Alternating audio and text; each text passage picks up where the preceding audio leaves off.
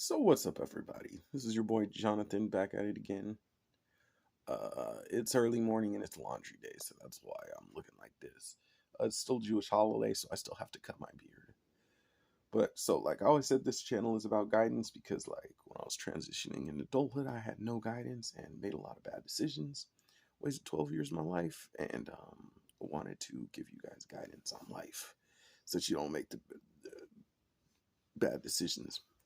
Now, today we are talking about people have who have high standards and you know they have superficial standards, and everybody knows, like, people have high standards in dating, people have high standards with friendships, people have high standards with just how they see other family members. And everybody knows, like, with all these high standards, it's either like some people get neglected by everybody because they always chase after people with high standards who don't want them, and some people, because they're so superficial, get their feelings hurt by a lot of superficial people when they could have just uh, talked to a basic person. That being said, I don't want to get into too many details on that, because every single example I can give, people are going to argue about it and this, that, and the other. So I'm gonna just give you like a story that just applies for everything. Instead of giving you details where people can argue with me about the details, I can give you a story that applies to everything. So when I got into the university, I thought it was gonna be like a college movie, and my expectations were so high. Like, I was gonna go to a million parties and have a million girlfriends, and it was gonna be lit. Like, it was gonna be sick when I went to college. So I went to the university, and I would walk around in sweaty gym clothes all day because I was a hip hop dancer at the time, and I would just act like the cute dumb hip hop dancer, and you know, hit on girls all day and just act like a straight bro, like one of those stereotypical bros from all the college movies. And when I was taking classes, when I first got there and I was taking classes, I was acting like a straight bro. And a lot of people didn't like me because I was just like this sloppy bro in class who just wanted to party and find girls. And a lot of people didn't really like me in classes. And then, because I was a new student, I figured I could go hang out with the freshmen. At the time, I was like 25, and the freshmen were like 18. And the freshmen used to get me to buy. There was a time when they got me to buy them alcohol, and then after they got the alcohol, they disappeared and wouldn't invite me to anything. Wouldn't even talk to me. They were just using me for my ID to get alcohol because I was like 25. I was like, really? So I was angry about that because I really wanted the college experience. So then I started joining groups. I tried to join some fraternities, and they were really professional. And I was out there for the girls and hitting on the girls. I kind of got removed from the fraternity scene. So I was like, oh man, because they were way too professional. So then I started trying to join ethnic groups. So I tried to join the blacks, the Jews, the Asians, and all of them were professional, and all of them were focusing on their schooling and career. And, they dressed professional and acted professional. And here I was in my sloppy gym clothes trying to be a cute hip hop dancer. And people are like, bro, like, you got to be working on your major or whatever. You got to be doing something. So ultimately, I was removed from most of those groups. Um, And this is going to be a shocker, but I actually joined the gay club. I think it was called the Gay Straight Alliance. And I had joined that club just because I wanted friends, and I got removed from that club because I wasn't gay. And, it just got boring when it's like you're having gay conversations or trying to hook up people together, and there's this one dude who's just there because he wants to make friends, and he's there for the parties and the food. It just got annoying. So they just let me go out of that club. So I ended up joining the Christians, and I would just be in there loud and obnoxious, acting like a bro, hitting on girls, just acting up, being an asshole.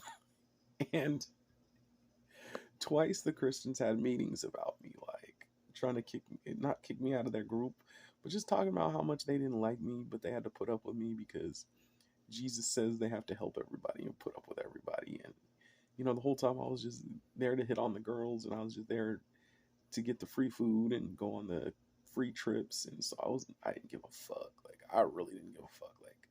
Like, I didn't at all, and I'll admit that, because I had high expectations of what college was supposed to be like, the university.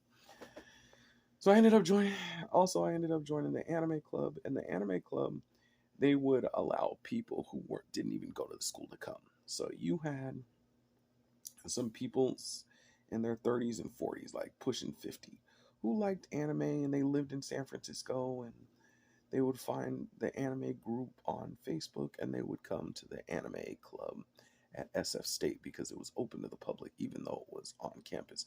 So we had mostly students, but we had like 3 or 4 like old people that just like came out from the community, like randos.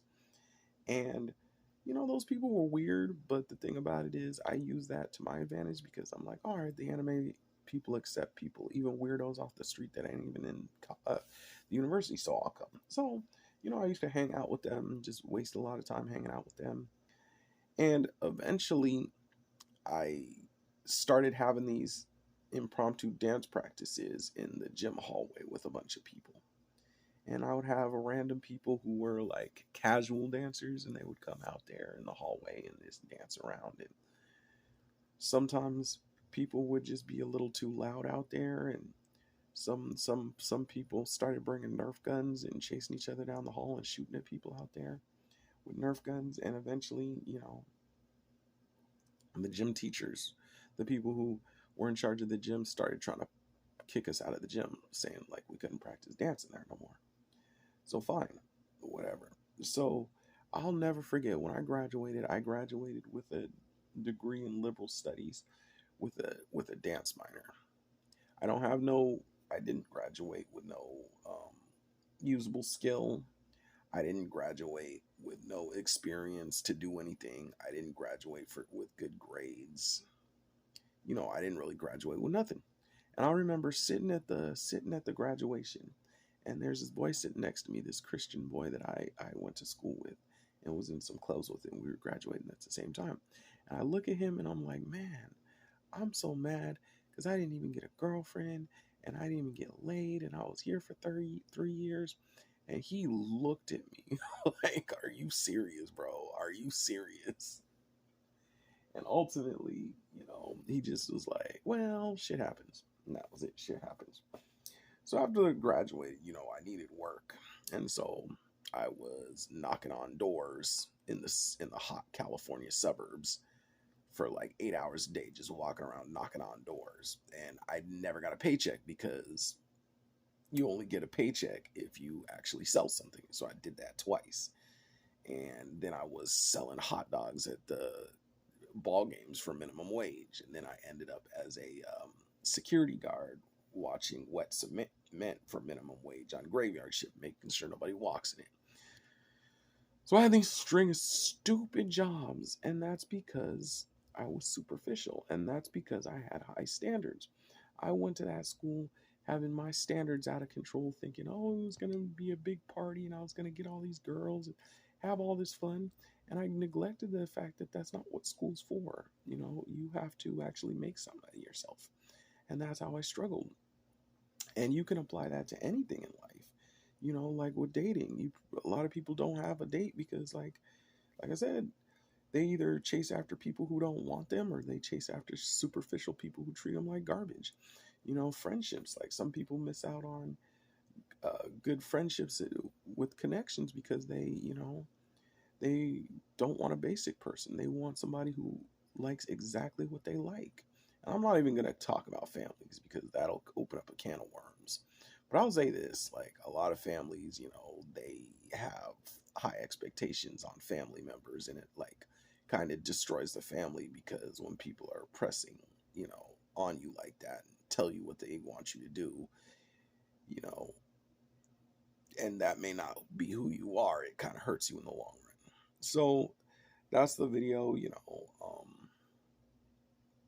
I just want everybody to, bring down their standards and stop being so superficial because, like me, it can hurt you later in life. So just think about that. All right, y'all. I'm out, y'all. Peace.